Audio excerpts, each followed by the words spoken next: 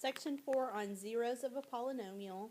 So each section in this chapter we're trying to find more and more details about the zeros of a polynomial so that each time we can narrow it down even further. Instead of infinite possibilities, every time we learn something new we can narrow our search down a little more to be particular about the zeros that we test using synthetic division.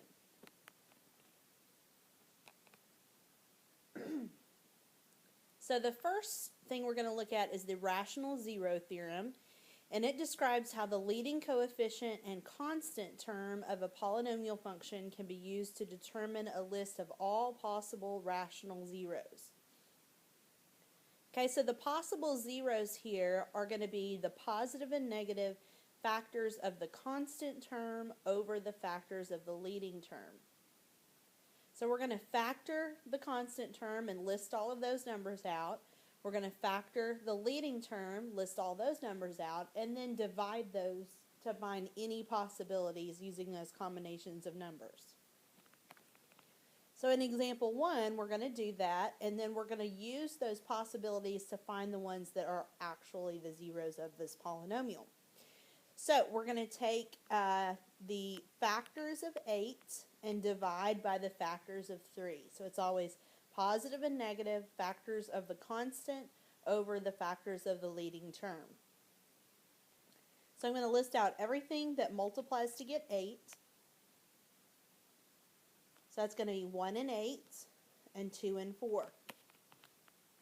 And then on the bottom, everything that multiplies to get 3 is just 1 and 3. So we have to take all the numbers on the top and divide those by each number on the bottom. So 1, 2, 4, and 8 divided by 1 is just 1, 2, 4, and 8. And then we're going to take all of those numbers and divide by 3. So that would be 1/3, 2/3, 4/3, and 8/3. Now, if when you divided you happen to get a number that was already in your list, then you don't have to list those anymore. Okay, now I'm going to take those possibilities and I'm going to set up for synthetic division.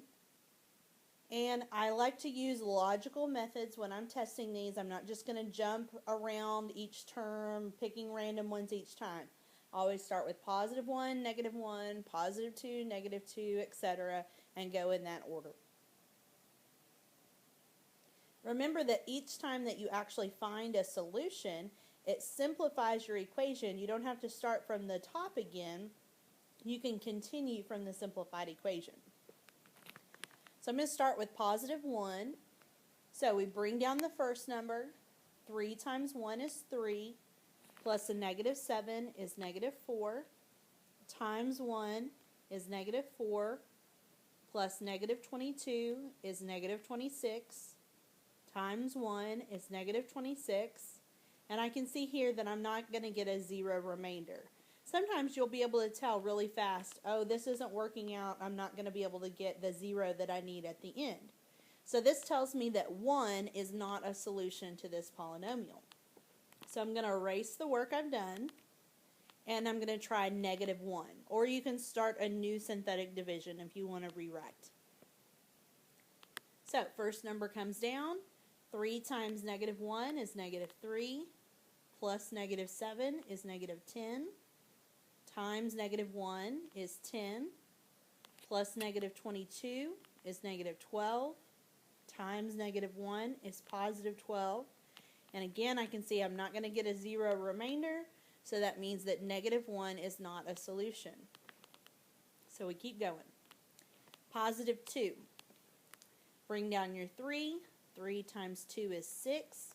Plus -7 is -1, times 2 is -2, plus -22 is -24, times 2, -48. Again, no zero remainder. So we erase, and we're going to try -2. Bring down the 3. 3 times -2 is -6, plus a -7 is -13, times -2 is 26, plus a -22 is 4. 4 times -2 is -8, and look at that, we have a zero remainder. So that means that -2 is a solution to this polynomial. So like I said, the purple equation started out with x to the third power. The blue equation is x to the second. I'm going to continue with this blue equation, just to extend my synthetic division down. I'm not going to start over in my list. I don't need to check positive and negative 1 or positive 2. If they did not work the first time, they won't work again. Okay, so I'm going to go with the next number in my list, which is 4. So bring down the 3. 3 times 4 is 12, plus a negative 13 is negative 1, times 4 is negative 4, remainder of 0. So, purple equation was x cubed, blue equation is squared, green equation is x. So I can write this as 3x minus 1 equals 0. Then if I solve this equation, x equals 1/3. So all of my solutions would be 1/3, negative 2, and 4. If they ask you to write as a linear factorization, you're going to write each of the factors multiplied together. That would be equal to the polynomial that was given to us in the beginning.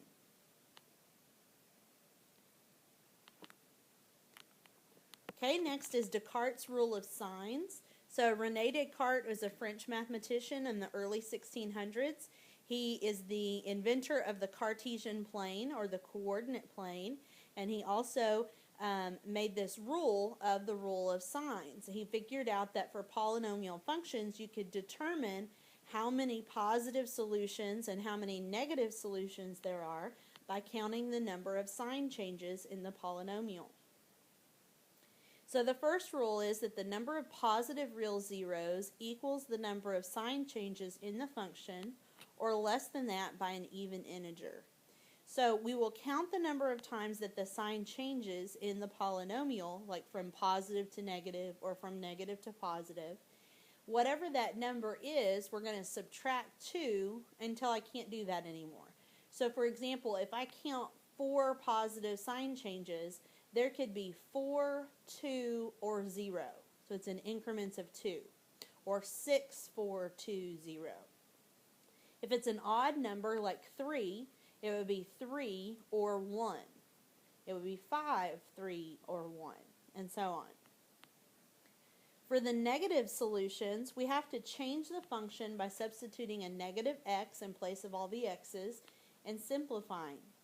Then we'll count the sign changes, and it's the same rule. Whatever number of sign changes there are, it's that number less than 2 until you can't go anymore. Okay, so let's use this rule. We're going to describe the possible zeros for this function.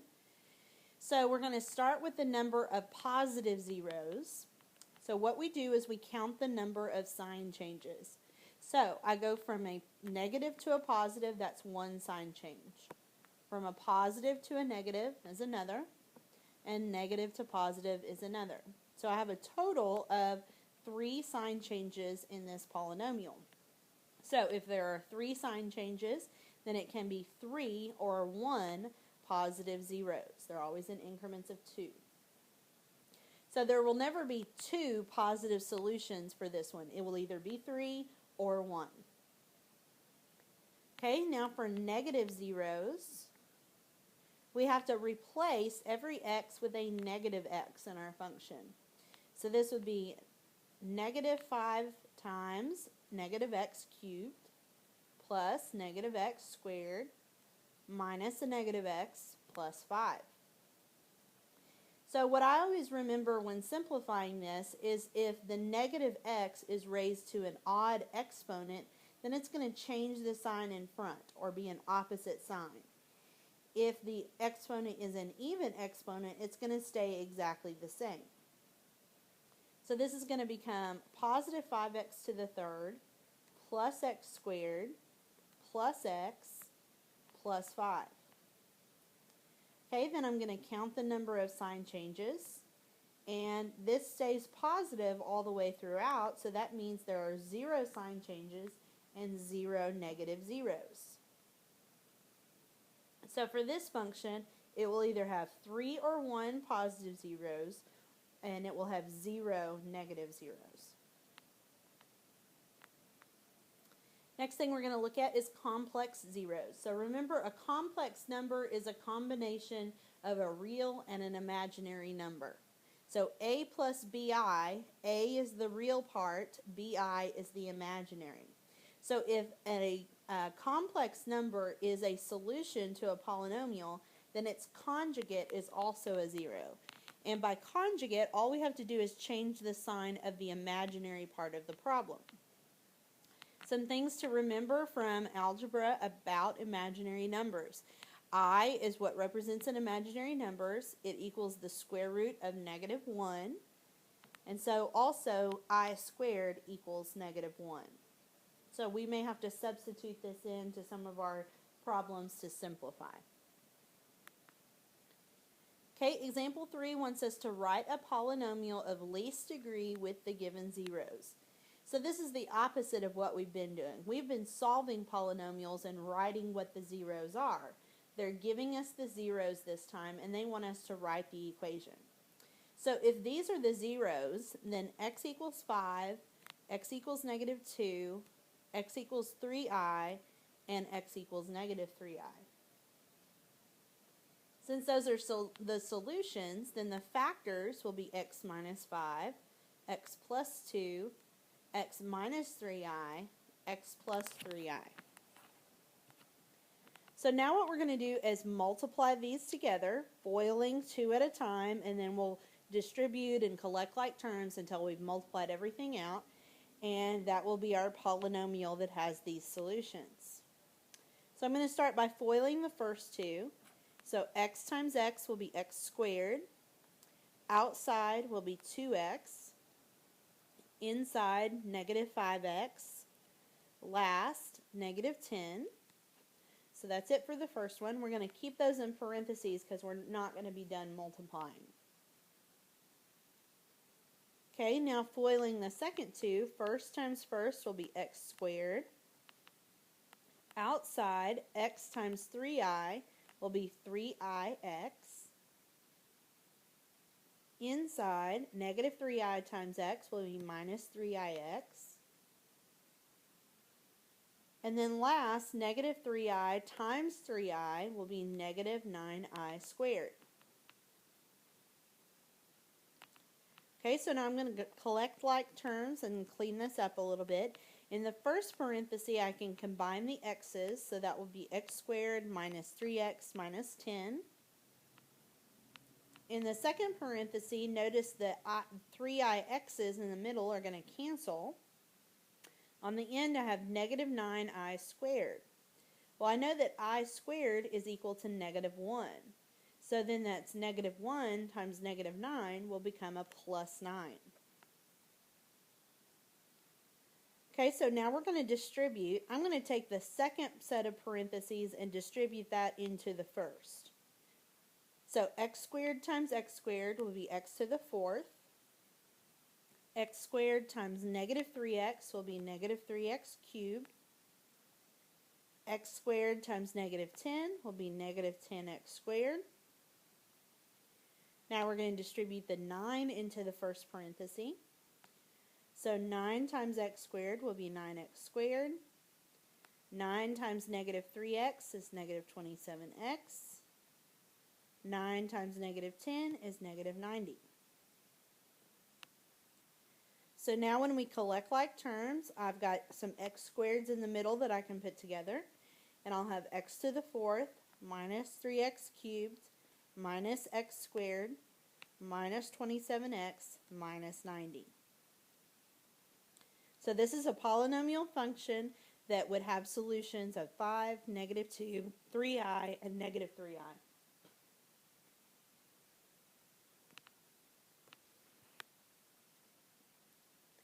Okay, last example, we're going to put everything together that we've talked about. It says use the given zero to find the other zeros of the function and write as a linear factorization.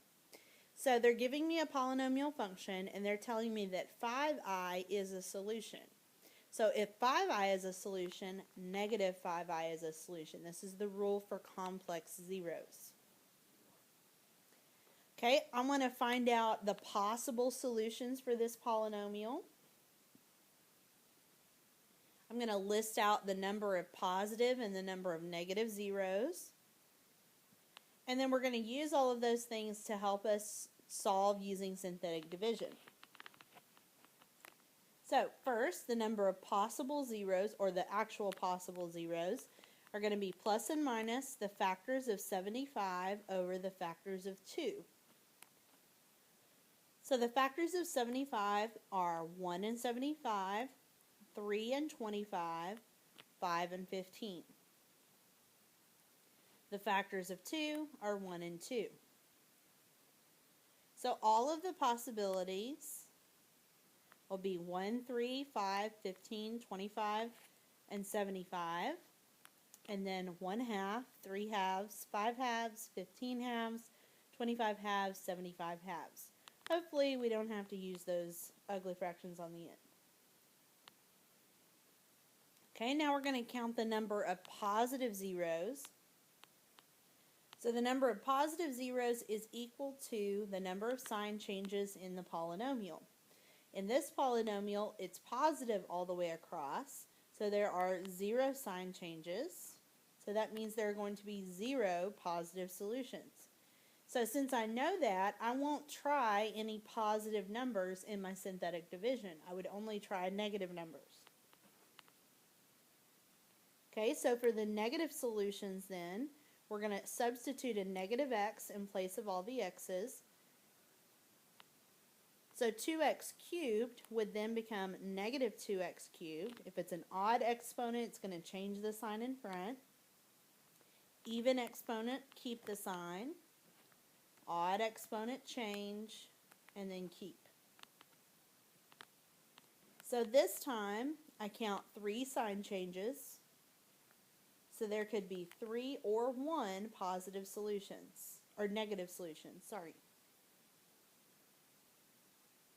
Okay, so I'm just going to put all this helpful information at the top of the next slide, and I'm going to start using synthetic division.